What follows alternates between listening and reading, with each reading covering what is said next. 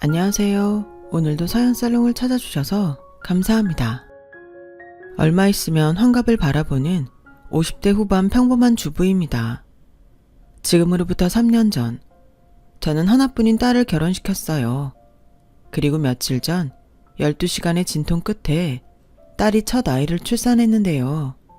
예쁜 공주님을 낳아 양가에서 더없이 행복한 시간을 보내는 중입니다.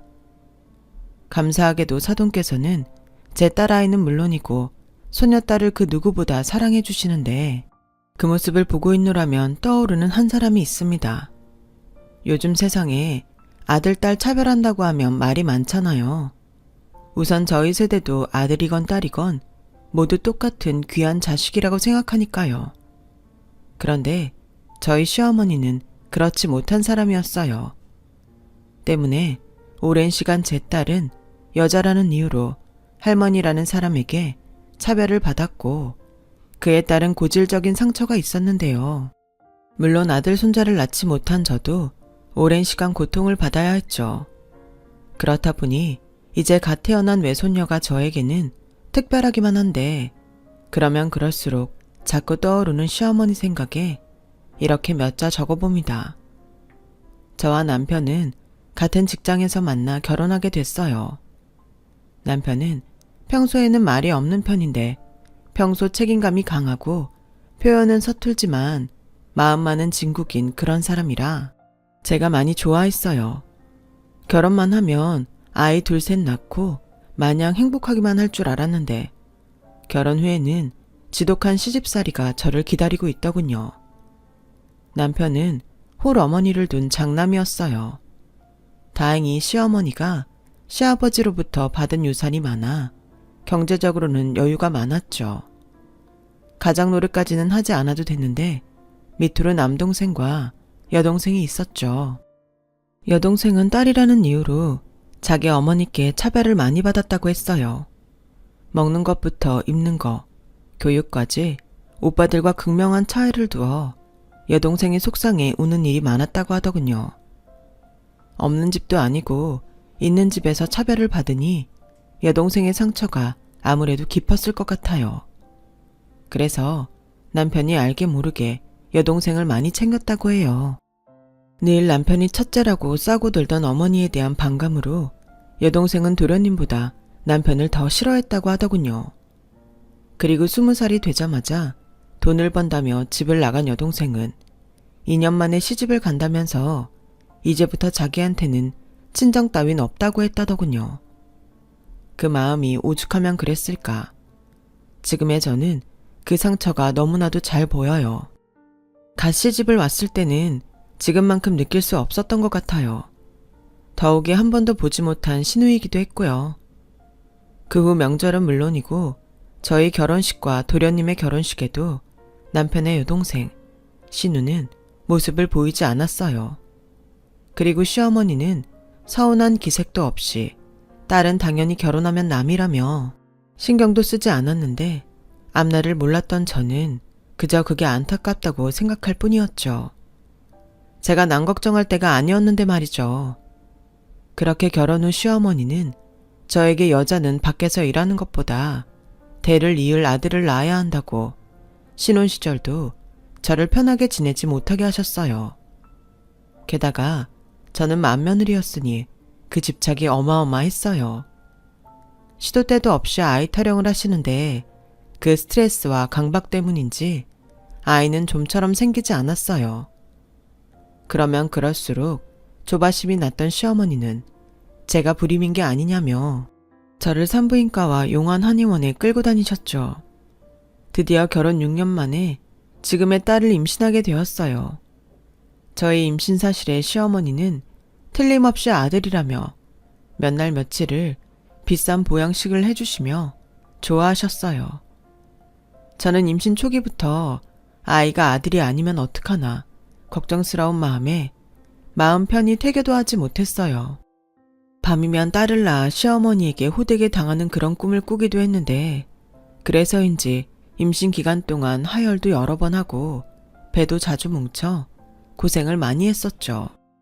그러다 여느 때처럼 진료를 보는 중 뱃속에 아이가 딸이라는 걸 알게 되었어요.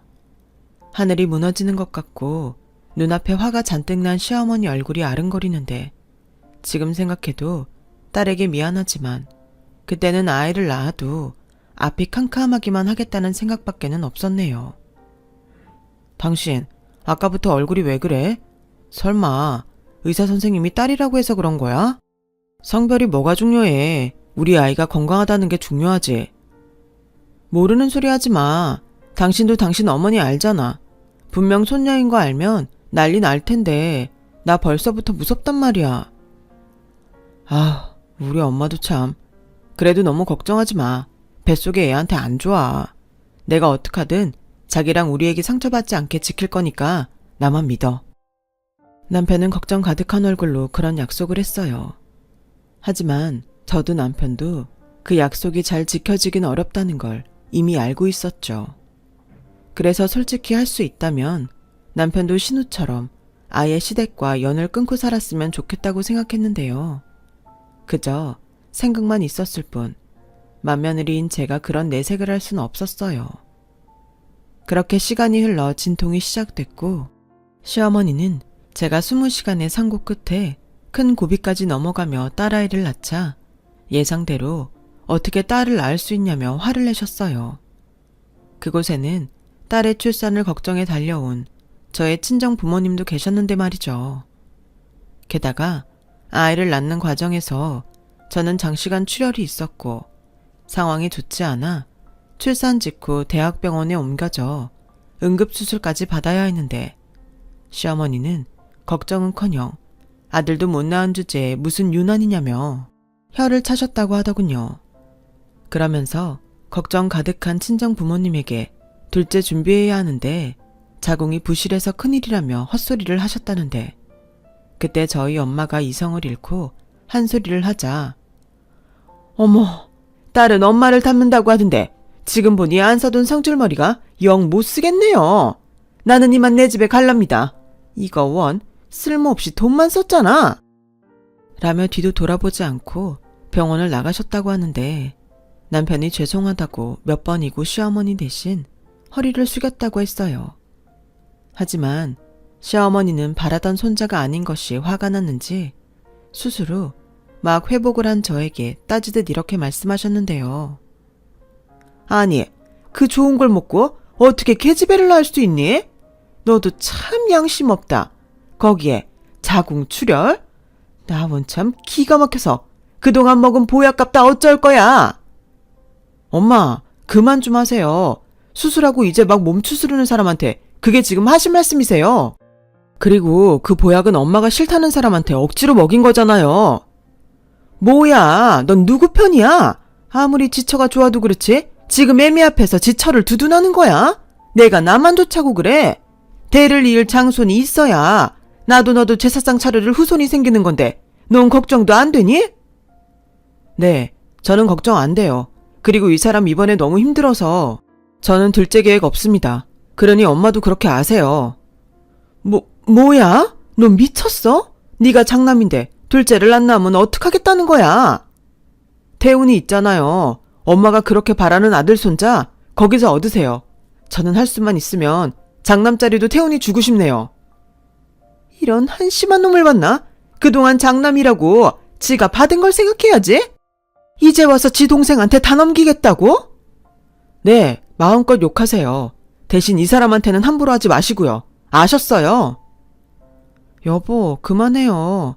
그리고 어머니, 아들 손자 바라셨던 마음 제가 모르는 건 아닌데 이건 사람이 어찌할 수 있는 게 아니잖아요.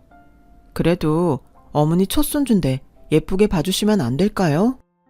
개코 같은 소리 하네. 예뻐야 예쁘지. 난 계집애는 하나도 안 예쁘다.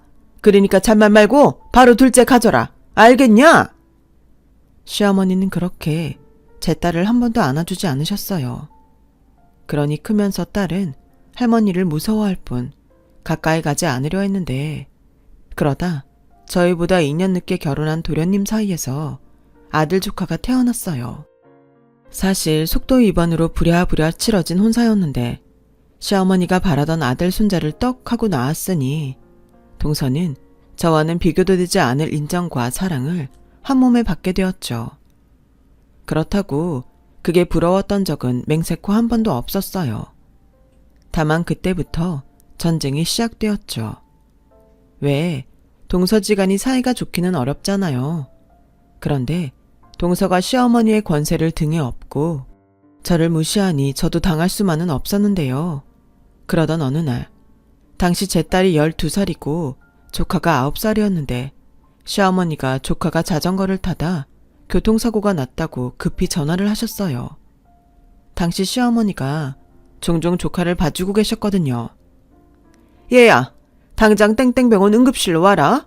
우리 장손이 자전거를 타다 많이 다쳤어. 네? 지석이가요? 알겠어요. 지금 세린이 피아노 학원 픽업 가는데 세린이 데리고 얼른 갈게요. 뭐야? 넌 지금 우리 장손이 다쳤다는데? 그 계집애를 먼저 챙기겠다는 거냐? 그냥 걔는 놔두고 너나 빨리 와. 어머니, 오늘 저희 집 주방 공사해서 애 혼자 집에 못 있어요. 제가 최대한 빨리 갈게요. 동서한테는 연락하셨죠? 미쳤니? 내가 보기로 했는데 다쳤다고 하면 걔가 날 어떻게 생각하겠냐? 우리 장손 다친 건 너 때문이라고 하자. 내가 급한 볼일 때문에 너한테 맡겼다가 네가 정신이 없어서 그렇게 된 걸로 하자고. 어머니, 그건 아니죠. 그래서 지금 저더러 빨리 오라고 한 거예요. 그럼 저 안 갈래요. 가뜩이나 동서랑 사이도 별론데 어머님이 그렇게 하시면 저 동서 못 봐요. 뭐야? 어려운 부탁도 아닌데 그깟 것도 하나 못 들어줘? 알겠다. 아무튼 여기 정신 하나도 없으니까 얼른 와. 세린이 그 계집애 달고 오지 말고. 시어머니는 다급하다면서도 끝까지 제 딸은 데리고 오지 말라고 신신당부를 하셨어요. 그렇다고 제가 엄마인데 그럴 수 있나요? 그래서 남편에게 전화를 했죠. 그랬더니 남편이 자기가 병원으로 가겠다며 저는 오지 말라고 하더군요. 하지만 제가 가지 않으면 무슨 불호령이 떨어질지 모르니 딸을 데리고 간다고 했어요. 갔더니 아니, 넌 밖에서 일하는 네 남편까지 부른 게냐? 하여간 내 아들 휘두르는 데는 선수야. 곧 있으면 작은 애도 온다고 하니까 니들이 여기 병원비 좀 계산해라. 아니, 우리 애가 다친 것도 아닌데 왜 우리가 계산을 해요? 돈 많은 엄마가 하세요. 따지고 보면 엄마 잘못이잖아요. 그래놓고 이 사람한테 뒤집어 씌우시려고 하셨다면서요. 엄마, 그게 지금... 그만해. 아주 콜 아파 죽겠다. 알겠어. 내가 계산하면 되잖아. 큰아빠 큰엄마라는 것들이 조카 병원비 좀 낼 수도 있지. 그리고 너 여기 왜 왔어? 내가 너는 여기 올 필요 없다고 했는데. 엄마, 나 할머니 무서워. 제가 데리고 왔어요. 아까 말씀드렸잖아요. 애 혼자 집에 가라고 할 수 없다고요. 하여간 마음에 안 들어. 다칠 거면 네가 다치지? 왜 내 귀한 손자가 다쳐서는? 엄마 또? 저 그럼 그냥 갈게요. 자꾸 이 사람이랑 제 딸한테 함부로 하시는데 아무리 장손이 귀해도 제가 장남입니다. 다행인지 시어머니는 장손을 낳지는 못했어도 당신 장남에게는 약한 구석이 많았어요. 그리고 곧이어 도착한 동서내외는 마치 큰일이라도 난 듯 호들갑을 떨었는데 특히 동서가 타박상 정도의 방기부스란 조카를 안고 대성통곡을 했어요. 어찌나 꼴값이고 주변 시선이 창피한지 남편에게 눈치를 보내 조용히 병원을 나왔네요. 그랬더니 중간에 그냥 가는 법이 어딨냐며 시어머니가 저에게 전화로 또 호통을 치시는데 저도 참고만 있을 수는 없었어요. 어머니, 도련님이랑 동서도 왔고 별일 아닌 거 확인했으니까 그냥 왔죠. 저희한테 따로 볼 일이라도 있으셨어요? 저는 하도 세린이한테 뭐라고 하시니까 거기 있는 것보다 없는 게 낫다고 생각했는데요. 뭐야? 너 아주 갈수록 기고만장해지는구나. 아들도 못 낳은 주제. 나 때는 아들 못 낳으면 찍소리도 못하고 기 한 번 펴지 못했지. 근데 너는 내 아들의 이젠 시애미까지 우습게 보냐? 그런 적 없지만 그렇게 느끼셨다면 죄송해요. 더 하실 말씀 있으시면 세린이 아빠 바꿔드릴까요? 됐다. 너는 오늘 사골 좀 사다가 밤새 끓여서 내일 아침에 지석이네 갖다 줘라. 뼈에는 사골만한 게 없지 않니? 네? 나는 할 말 다 했다. 끊으마. 시어머니는 제가 뭐라고 할 것 같으니 냉큼 전화를 끊었어요. 그리고 황당한 저는 다시 전화를 걸까 고민하다 동서한테 말하는 게 나을 것 같아 동서에게 전화를 걸었는데요. 동서, 조금 전에 어머니한테 전화가 왔는데 혹시 지금도 같이 있어? 아니요. 왜요? 아니, 나한테 사고를 끓여서 지석이 먹이라고 하시는데 우리 집 주방 공사 중이라 불을 못 쓰거든. 나중에 알고 서운해할까봐 전화했어. 어머, 좋은 핑계네요. 하필 왜 멀쩡한 주방 공사를 한다고. 아무튼 알았어요. 어차피 좋은 마음으로 해주실 것도 아닌데 제가 뭘 믿고 그걸 제 아들한테 먹이겠어요. 그건 알겠고 내일 아침에 세린이나 저희 집에 보내주세요. 왜? 아니, 기부스를 하고 있는데 가방은 누가 들어줘야죠. 사촌 좋다는 게 뭐예요? 통기부스도 아니고 방기부스 하면서 내 딸한테 가방을 들려 보내겠다고? 됐거든? 엄마인 동서가 해. 저는 늘 이런 식의 기싸움을 벌이며 근 20년을 살았어요. 그리고 아이들이 크면 클수록 그 정도는 심해졌는데 애석하게도 제 딸이 공부는 그다지 소질이 없어 늘 조카와 비교를 당해야 했죠. 조카는 시어머니와 동서가 과외의 학원에 아주 극성이라 성적이 그럭저럭 잘 나왔거든요.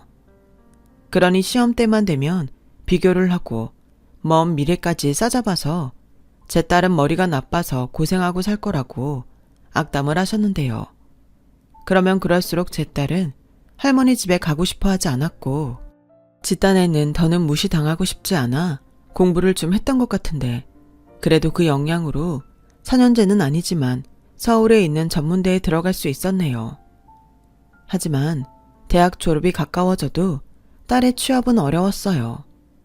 그럼에도 좌절하지 않고 긍정적인 마인드로 지냈던 딸은 자기가 취업 문제로 저나 남편이 걱정하는 것이 싫었던지 젊어서 고생은 모두 좋은 경험이라며 취업 준비와 아르바이트를 쉬지 않고 했어요.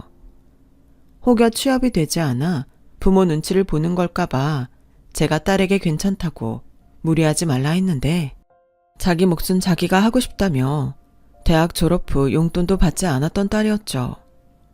하지만 시어머니는 제 딸의 모든 것이 못마땅하다고 하셨어요.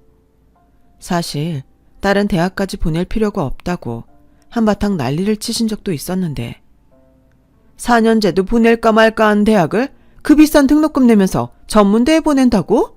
니들은 돈이 썩어나냐? 그럴 돈 있으면 우리 장손 학비에 보태라. 걔집에는 그냥 한 살이라도 젊을 때 빨리 시집이나 보내. 어차피 내세울 것도 없으니 따지고 말 것도 없잖아. 사지육신 멀쩡한 남자면 되지. 라며 저희 부부의 속을 뒤집어 놓으신 적도 있었어요. 그러다 스카이는 아니더라도 서울 4년제를 나온 조카가 대기업은 아니어도 나름 큰 회사에 입사했다는 소식을 전해 듣게 되었어요. 동서가 축하 기념으로 밥이나 함께 먹자며 저희 가족을 초대했어요.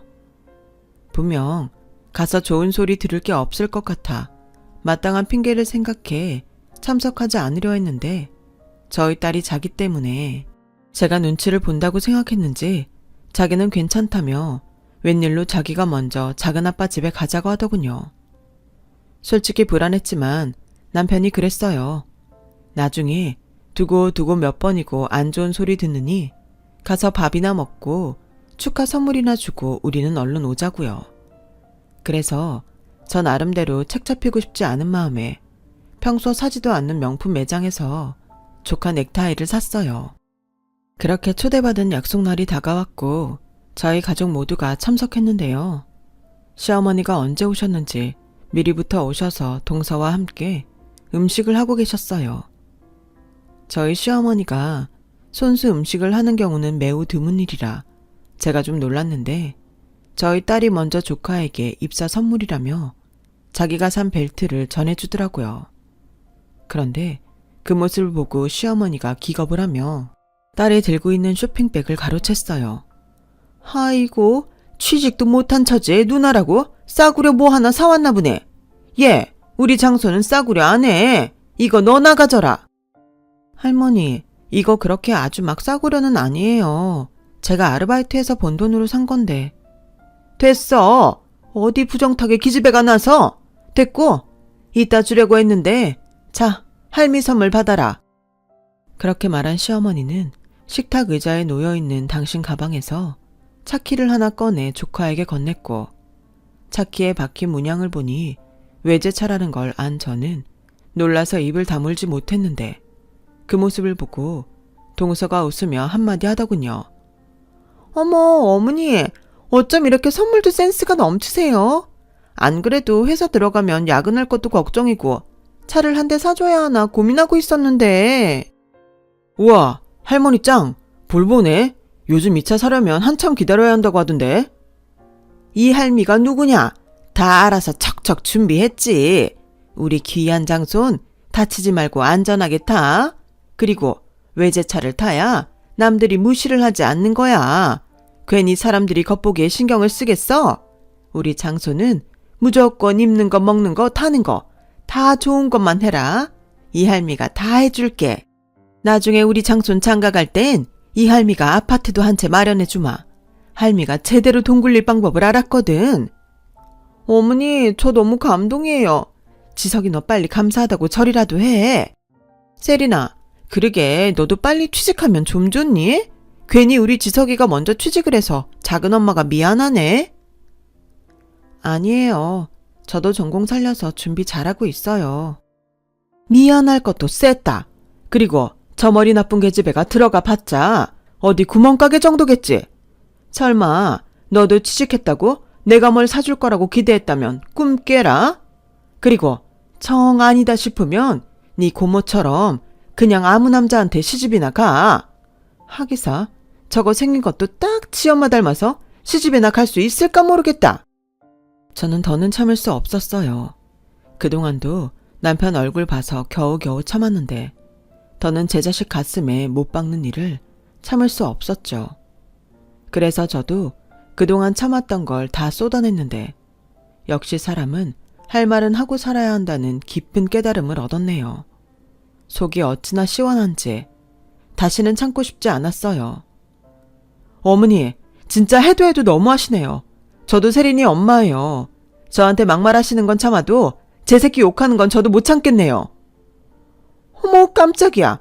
어디 시어머니 앞에서 목소리를 높여. 아들도 못 낳는 주제에. 그리고 네가 못 참으면 어쩔 건데. 뭐 나랑 연이라도 끊게? 네, 어머님 말씀대로 저나 저희 딸은 이제 어머님이랑 상관없는 사람으로 살겠습니다. 어머니는 장손만 있으면 되시잖아요. 저도 엄만데 이걸 도대체 언제까지 참아야 해요? 어머니 돌아가실 때까지 참으면 되나요? 뭐야? 너 지금 나 빨리 죽으라고 제사 지내냐? 저희 세린이가 뭘 그렇게 잘못했는데요? 손자가 아니라 손녀로 태어난 게 그게 그렇게 죽을 죄를 지은 건가요? 도대체 언제까지 애 가슴에 상처 주실 건데요? 상처 같은 소리 하네? 어디서 시애미한테 눈을 동그랗게 뜨고 따져들어? 네가 그러니까 내가 네 딸이 더 보기 싫은 거야. 지도 맏며느리고 염치가 있으면 어떡하든 둘째로 아들을 낳을 생각을 했어야지. 무슨 잘못이냐고? 그걸 여태 몰라서 묻는 거야? 어머니, 저 세린이 낳고 거의 죽다 살아났어요. 그래서 세린이 아빠도 둘째 같지 않겠다고 한 건데 어머니는 제가 아들 손자 낳고 이 세상 뜨길 바라세요? 됐다. 너 어차피 다 늙어서 애 낳고 싶어도 못 낳잖아. 결론적으로 넌 우리 집에 와서 한 게 없다는 소리야. 그럼 고분고분하게 굴 것이지? 어디서 어른 앞에서 소리를 질러? 네가 그렇게 영 끊겠다고 하면 내가 무서워할 줄 아냐? 엄마, 그만하세요. 저도 더는 못 참아요. 한두 번도 아니고 이렇게 볼 때마다 막말을 하시는데 저희가 엄마 뵈러 오고 싶겠어요. 세린이랑 여보, 일어나. 그리고 이 시간 이후부터 저도 미숙이처럼 가족 없다고 생각하고 살게요. 엄마 돌아가셔도 상주는 제가 아니라 지석이 애비가 하면 되죠? 그럼 오래오래 만수무강하세요. 세린아, 가자. 당신도 진정하고 일어나. 선물 줄 것도 없으니까 다시 챙기고. 저희는 그날 이후 시댁과 연을 끊게 되었어요.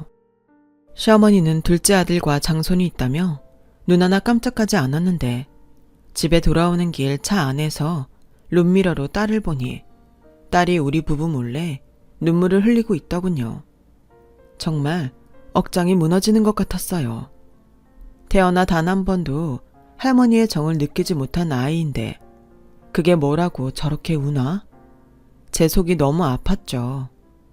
그날 저녁 남편은 더는 미련도 없다며 저에게 시어머니나 다른 가족들이 찾을 수 없는 다른 동네로 이사를 가자고 했고 저는 좋다고 했어요. 그렇게 10년 넘게 산 집을 부동산에 내놓았고 이사 갈 곳을 알아보는데 평소 친구들 만나는 것을 빼면 늦거나 외출도 잘하지 않는 딸이 무슨 일인지 매일같이 옷차림에 신경을 쓰고 집에 오는 시간도 늦어져 조금씩 제 신경이 쓰이기 시작했어요. 그래서 조심스럽게 만나는 친구가 있냐고 딸에게 물었는데 딸은 사실 만난 지 1년이 넘은 남자친구가 있다며 결혼까지 생각하고 있다고 하더군요. 겉으로는 그럴 수 있다고 말했지만 속으로는 사실 엄청 놀랐어요. 어릴 때 친하게 지내는 남자친구들은 종종 봤지만 결혼까지 생각하고 만나는 사람이 있다니 놀라지 않을 수 없었죠. 품 안의 자식이라고 딸이 성인이 되었지만 저에겐 어린 자식일 뿐이었거든요. 하지만 그렇다고 안 된다고 할 수 없기에 1년이나 만났으니까 그럼 집에 한번 데리고 오라고 해서 남편과 함께 자리를 마련했는데 걱정했던 것보다 인성이 참 바르고 조금 무뚝뚝한 제 딸에 비해 싹싹한 구석이 많은 딸의 남자친구가 저와 남편은 무척 마음에 들었어요. 그래, 자네는 무슨 일을 하나? 아, 저는 평범한 직장인입니다. 두 사람은 어떻게 만난 거예요? 우리 딸이 아직 취업 전이라서. 그게 사실 세린이가 제 생명의 은인이에요. 제가 길에서 뺑소니를 당했거든요. 근데 세린이가 차에 치인 저를 보고 차 번호도 사진으로 찍어놓고 저를 119에 신고해서 병원에 갈 수 있게 해줬어요. 사진에 찍힌 차 번호로 범인도 잡았고요. 어머, 세상에. 부모님이 많이 놀라셨겠네. 네, 제가 어머니가 일찍 돌아가셔서 안 계시거든요. 할머니랑 아버지가 많이 놀라셨어요. 그래서 세린이한테 살해를 하려고 했는데 세린이가 해야 할 일을 한 거라며 어떤 살해도 받지 않겠다고 하더라고요. 요즘 세상에 그런 사람이 어딨냐고. 저희 아버지가 세린이 엄청 팬이에요. 뭐야, 그럼 세린이 너 벌써 어른들께 인사한 거야? 아빠, 그게 그 사고 이후로 내가 일하는 곳에 자주 오셨어. 너무 고마워서 살해를 꼭 하고 싶다고 찾아오신 건데 내가 안 받는다고 하니까 자주 오셨어. 그리고 이 사람도 자꾸 보다 보니까 좋아졌고 할머님도 집에 여자가 없어서 나를 많이 예뻐해 주셔. 친손녀처럼 잘해 주시거든. 저는 왜 그때 저희 시어머니 얼굴이 떠올랐는지 모르겠어요. 그리고 아마도 같은 연배의 어른일 텐데 딸이 그런 어르신께 이쁨을 받는다고 하니 딸이 왜 결혼까지 생각하며 연애를 하는지 이해가 가더군요.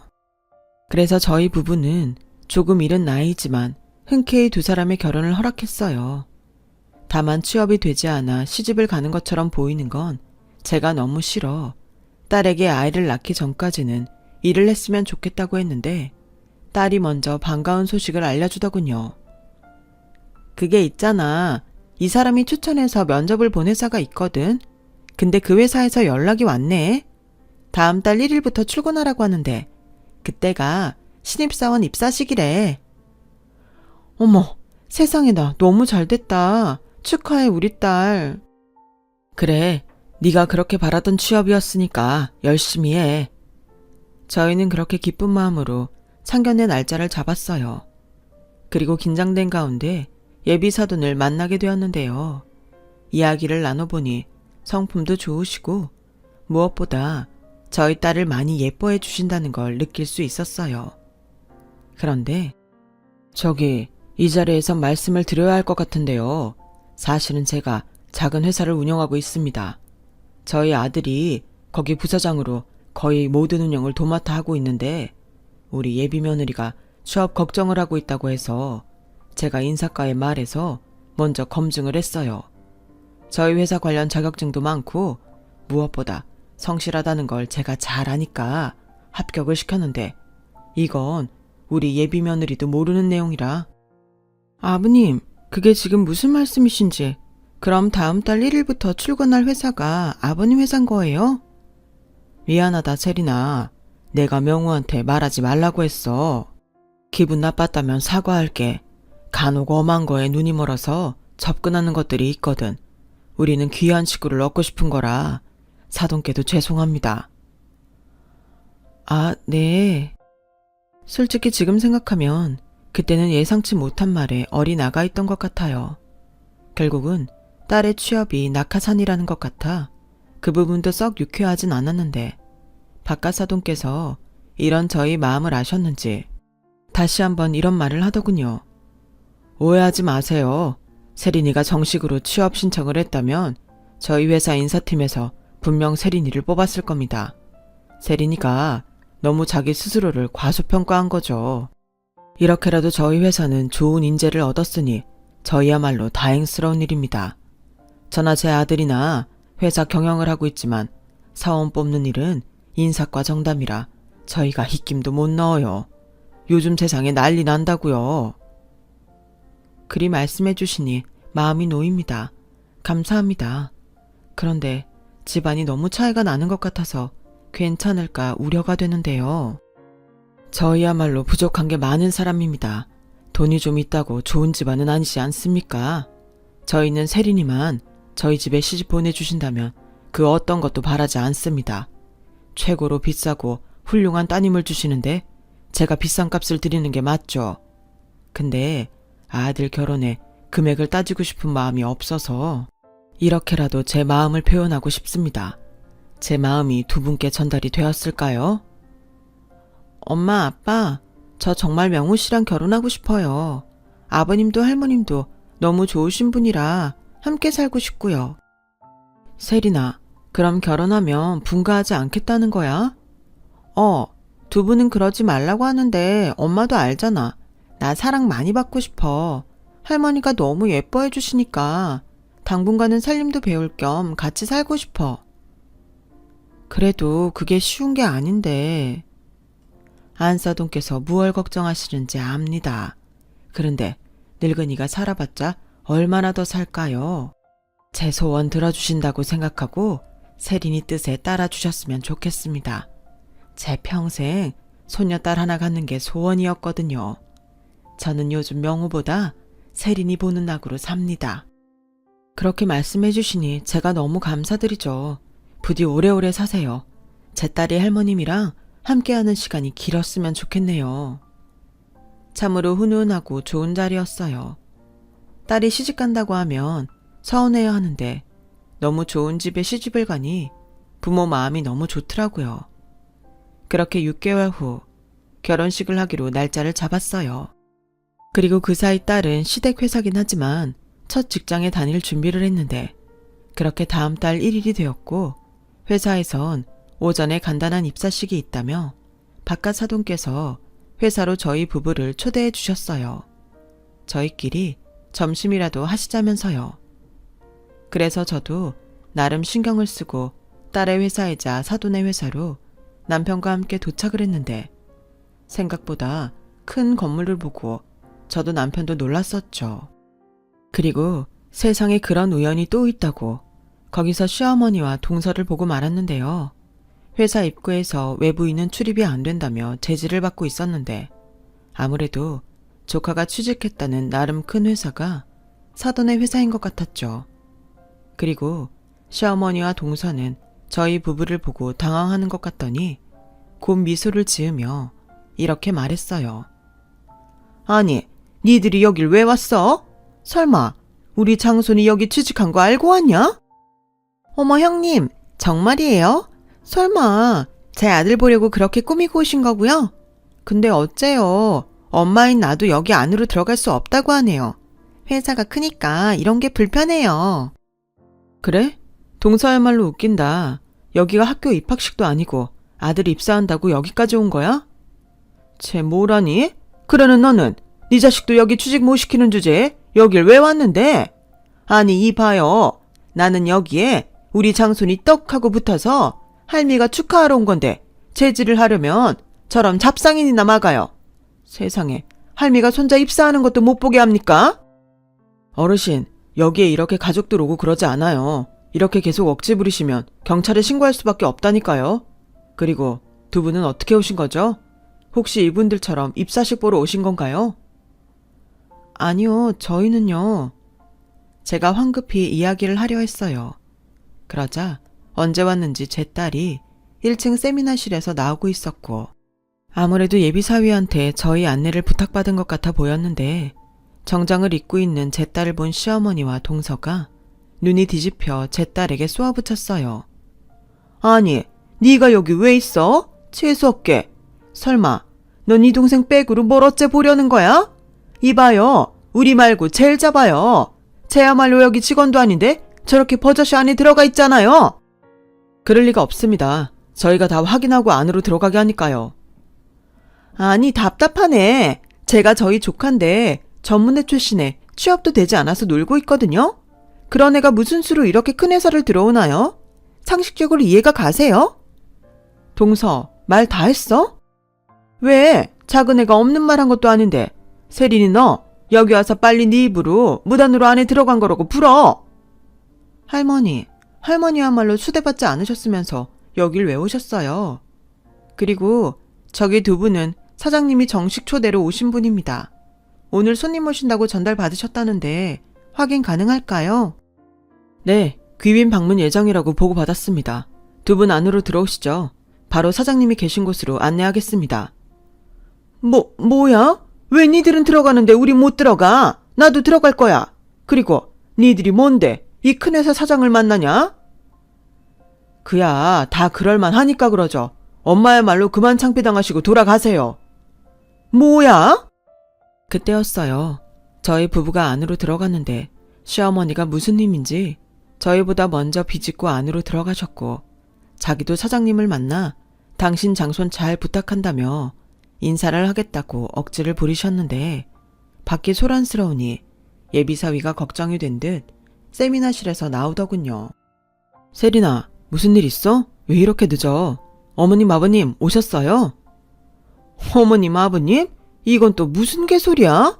넌 누군데 얘한테 이름을 불러? 아, 세린이 너 남자 하나 꿰찼냐? 어머니, 자네 더 들을 것도 없네. 두 사람 안으로 들어가. 이제 곧 행사 시간이잖아. 너 지금 나 무시했냐? 이년이 칸이 배 밖에 나왔구만. 시어머니는 제 말이 기분이 나빴는지 단숨에 제 딸 머리채를 잡아채더니 그대로 밀치셨고, 깜짝 놀란 예비사위가 무슨 짓이냐며 소리를 치니 시어머니는 거침없이 예비사위에게 발길질을 하시는데 아주 아수라장이 따로 없었어요. 상황이 이러니 경비 직원들은 잔뜩 몰려와 시어머니를 붙잡았고, 시어머니는 그런 상황에도 무슨 생각인지 이런 말을 하셨어요. 내가 누군 줄 알고 이것들이 까불어? 내 손자가 여기에 입사를 했다고. 정정당당하게 척하고 붙었는데 니들이 뭔데 나한테 함부로 해? 참 어이가 없었죠. 이쯤 되면 무슨 상황인지 살필만도 한데 시어머니는 정말 아나무인답게 당신 하고 싶은 대로 다 하셨어요.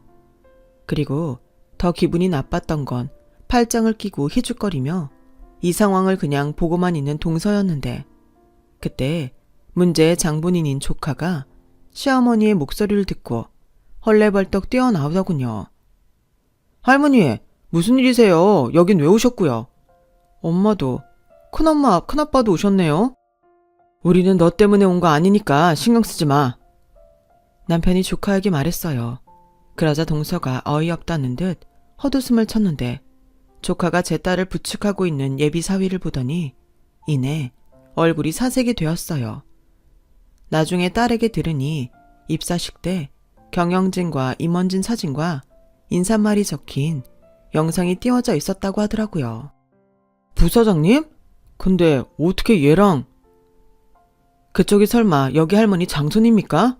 나는 세린이 예비 남편이고 저기 어머님 아버님 예비사위인데 이게 지금 무슨 일입니까? 누가 애도 아니고 입사식에 가족을 부르나요? 제정신입니까? 뭐라고요, 부사장님? 그제야 동서는 사태 파악이 됐는지 경악을 금치 못했어요. 그리고 놀란 건 시어머니도 마찬가지였는데 그때 아무리 기다려도 저희 부부가 오지 않자 손수 내려온 사돈까지 아주 가족 대모임이 되었어요. 아니, 여기 왜 이렇게 소란스러운 거야? 너는 왜 여기 있고 안에 들어가 봐야 하는 거 아니야? 아버지, 상황이 좀... 아니 아가, 너 얼굴이 왜 그래? 누가 감히 내 며느리한테 손을 댔어? 저기... 자네는 누군데 여기 있나? 우리 회사의 신입이야? 저기 오해가 좀 있었는데요. 제가 이 아이 할미입니다. 그러니까 여기 세린이 할미이기도 하고요. 듣자 하니 제 손녀가 여기 아드님이랑 결혼을 한다는 것 같은데 착오가 좀 있었어요. 실수입니다. 하지만 저도 세린이 할머니니까 오늘 입사식은 보고 가면 안 될까요? 저 아이가 저희 집의 귀한 장손이라서요. 어르신, 세린이도 저희한테는 하나밖에 없는 귀한 며느리고 저희 회사 인재입니다. 이런 행동을 해놓고 실수라고요? 지금 하신 행동 결코 손자분에게 도움이 되지 않을 텐데 자네 이름이 뭔가? 계속 이렇게 회사에 누를 끼친다면 자네 입사는 취소했으면 하는데. 네? 죄송합니다. 다시는 이런 일이 없도록 할게요. 할머니 엄마 빨리 죄송하다고 빌어. 이게 뭐야? 내가 언제 여기까지 오라고 했어? 정말 내 인생에 도움이 안 돼. 엄마 아들 그렇게 말하면 엄마가 너무 서운하지. 엄마는 여기 가만히 있었어. 할머니가 당신 멋대로 저지른 거야. 너 지금 나한테 뒤집어 씌우냐? 저기 아버지, 여기는 제가 수습하겠습니다. 어머님 아버님 기다리시는데 올라가시죠. 그리고 30분만 늦게 내려와 주세요. 아무래도 행사 시작이 좀 늦어져서요. 알았다. 여기 수습 잘하고 저기 신입은 네가 알아서 해라. 세린아, 정말 괜찮니? 병원 안 가도 되겠어? 괜찮습니다. 그리고 여기는 회사니까 제가 알아서 하겠습니다. 그래, 저희는 이만 올라갈까요? 오늘 많이 놀라셨죠? 제가 괜히 여기까지 오시라고 해서. 제가 향이 좋은 차를 준비했는데 가서 안정을 취하시죠. 아닙니다. 저야말로 초대해 주셨는데 면목이 없네요. 아니, 그냥 가면 어떻게 큰애야. 나도 같이 가자. 어르신은 저와 얘기 좀 하시죠. 그리고 죄송한데 여기 경찰 좀 불러주시겠어요? 세린아, 이 사람들이 전에 얘기한 그 가족들 맞지? 근데 어쩌려고? 어쩌긴 소란을 일으켰으니 책임지게 해야지. 그리고 그쪽도 같이 가야죠. 내가 미리 알았다면 여기까지 오게 하지 않았을 텐데. 저기 부서장님, 저는 정식으로 입사한 신입입니다. 세린이랑 결혼하시는 건 알겠지만 오히려 세린이 입사가 더 부정적인 거 아닌가요? 제가 문제 삼을 수도 있는데요. 그래요. 할 수 있으면 해요.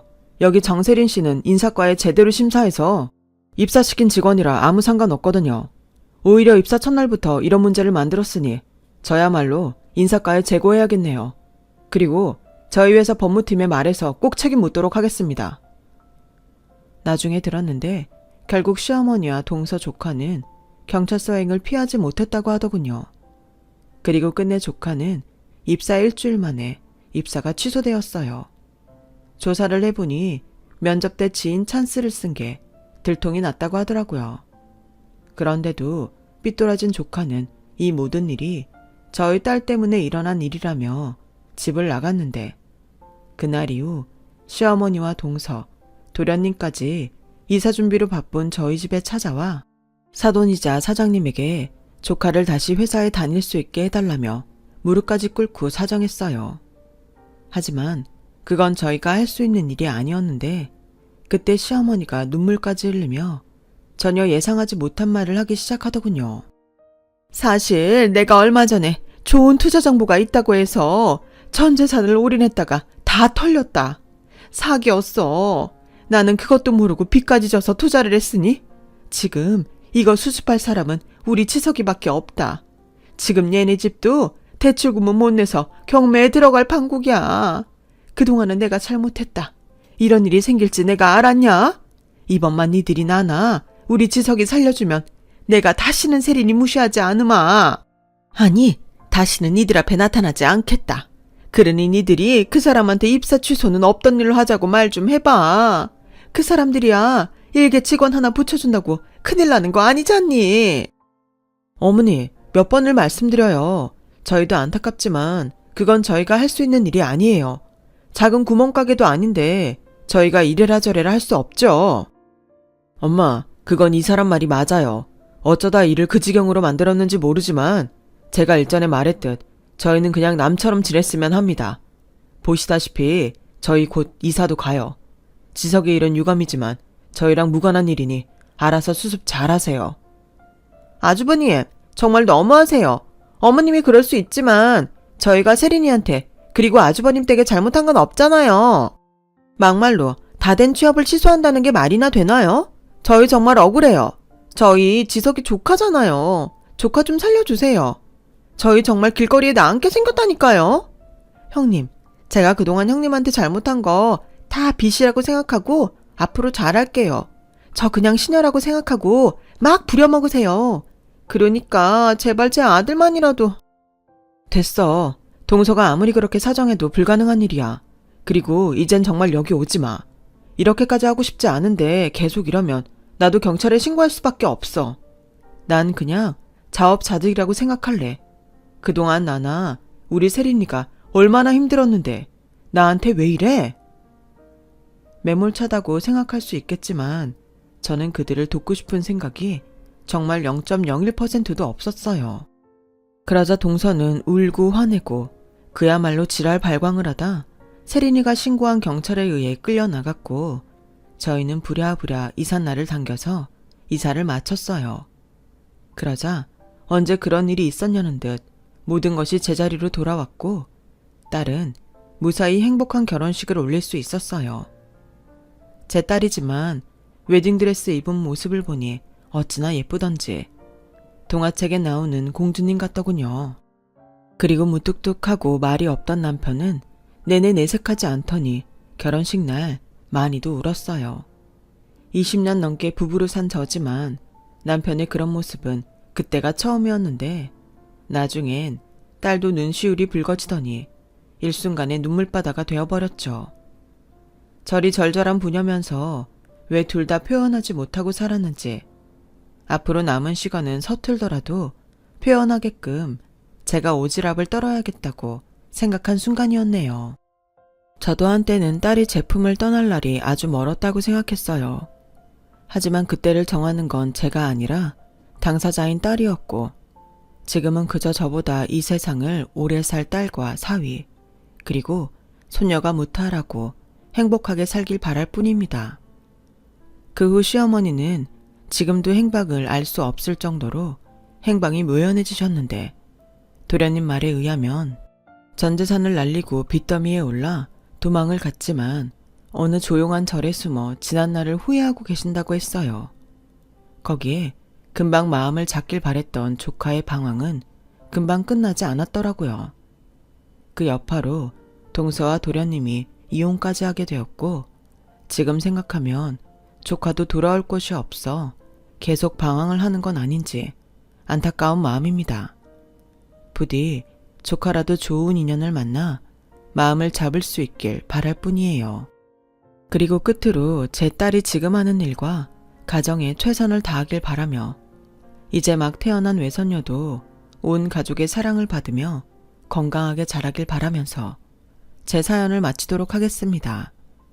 저의 이야기 들어주신 모든 분께 감사의 말을 전합니다. 항상 건강하시고 행복하세요. 오늘은 어제보다 더 나은 날이 되길 진심으로 바라겠습니다. 여러분, 사연 댓글에 응원과 현명한 조언 부탁드려요. 좋아요와 구독은 저에게 큰 힘이 됩니다. 오늘도 좋은 일 가득하세요.